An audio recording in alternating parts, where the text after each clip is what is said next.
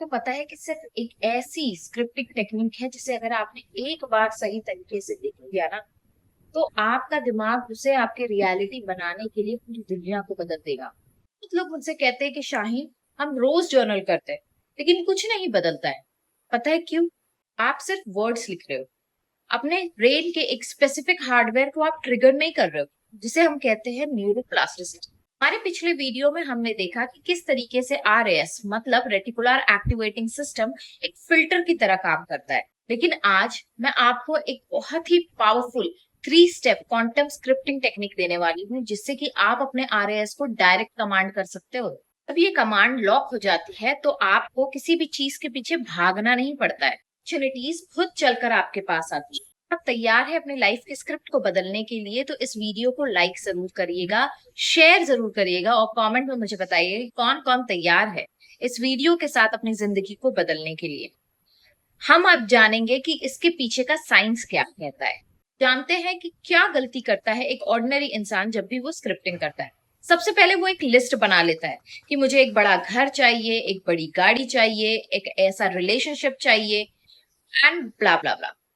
Scientifically इसको समझा जाए तो ये बेसिकली आपका ब्रेन इसको आपकी विश लिस्ट समझता है।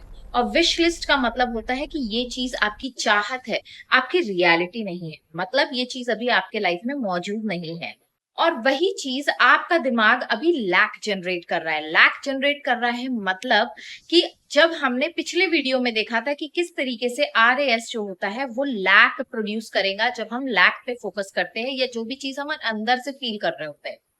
और गौर से सुनो, जो क्वांटम फिजिक्स होता है ना, वो कहता है कि जो भी आपकी रियलिटी बनने वाली होती है या आप जो भी चीजें अपनी फिजिकल रियलिटी में देखते हैं, बेसिकली वो सारी चीजें एक वेव फॉर्म में, एक थॉट फॉर्म में ऑलरेडी मौजूद होती है।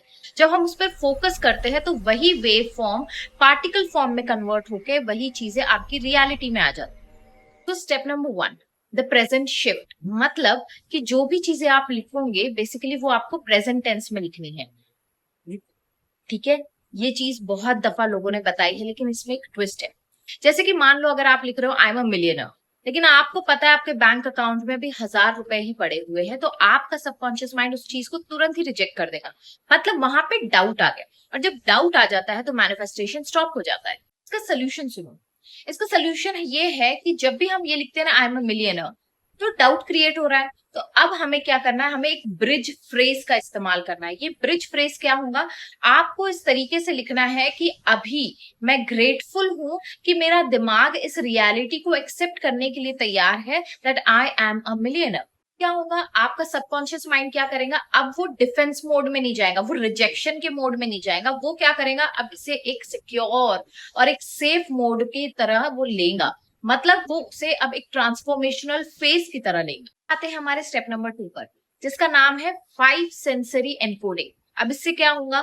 मोस्टली क्या होता है कि 99% लोग यहाँ पर मिस कर जाते हैं और यही वजह बन जाती है उनके मैनिफेस्टेशन नहीं होने की जब भी वो स्क्रिप्टिंग मेथड यूज करते हैं। बेसिकली हमारा जो दिमाग होता है ये टेक्स्ट फॉर्म में नहीं सोचता है, ये पिक्चर्स के फॉर्म में सोचता है, ये सेंसेस के फॉर्म में सोचता है, ये फीलिंग्स के साथ सोचता है। तो बेसिकली जब हम कोई भी चीज को, अपने सपनों को पेपर पे उतार रहे होते हैं स्क्रिप्टिंग के माध्यम से, तब हमें ये पांचों सेंसेस का इस्तेमाल करके उसे एनकोड करना होता है हमारी स्क्रिप्टिंग में। पाते हैं कि आप किस तरीके से लिखोगे।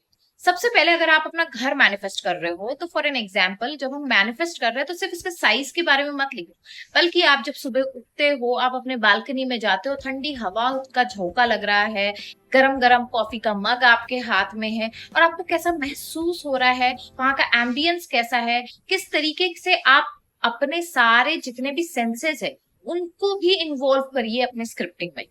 अब क्या होगा? आपका दिमाग अब इस समय आपकी जो फिजिकल रियलिटी है और जो इमेजिनेशन है उसके बीच का जो गैप है उसको भूल जाता है। उसे लगता है कि यही मेरी रियलिटी बन गई है। अब आते हैं स्टेप नंबर 3 पर, जिसको हम कहते हैं क्वांटम डिटैचमेंट। ये सबसे मुश्किल है लेकिन सबसे जरूरी स्टेप है स्क्रिप्टिंग में। स्क्रिप्टिंग करने के बाद मोस्टली ये लोग करते हैं कि बार बार अपनी सिचुएशन को चेक करते रहते हैं और उससे डिस्टर्ब होते रहते हैं और वो डेस्परेशन में चले जाते हैं। क्योंकि जब हम डेस्परेट हो जाते हैं तो हमारा मैनिफेस्टेशन वहां पे डिस्ट्रॉय हो जाता है। क्वांटम स्क्रिप्टिंग टेक्निक का ये सबसे इंपॉर्टेंट रूल है कि जब भी हम कोई भी चीज को स्क्रिप्ट कर रहे हैं, फील कर रहे हैं, तो उसे रिलीज करना इंपॉर्टेंट है। जब तक कि हम उसको लेट गो नहीं करेंगे, यूनिवर्स को ट्रस्ट के साथ नहीं देंगे, तो वो चीजें हमारे लाइफ में आना मुश्किल ही नहीं, नामुमकिन हो जाती है। इसी वजह से डेस्परेशन या लैक की फीलिंग हमेशा आपके मैनिफेस्टेशन को डिले कर रही है, और इसी वजह से बहुत सारे लोग स्क्रिप्टिंग मेथड में भी मैनिफेस्ट नहीं कर पाते, जबकि स्क्रिप्टिंग सबसे पावरफुल और सबसे इजीएस्ट मेथड है मैनिफेस्टेशन का।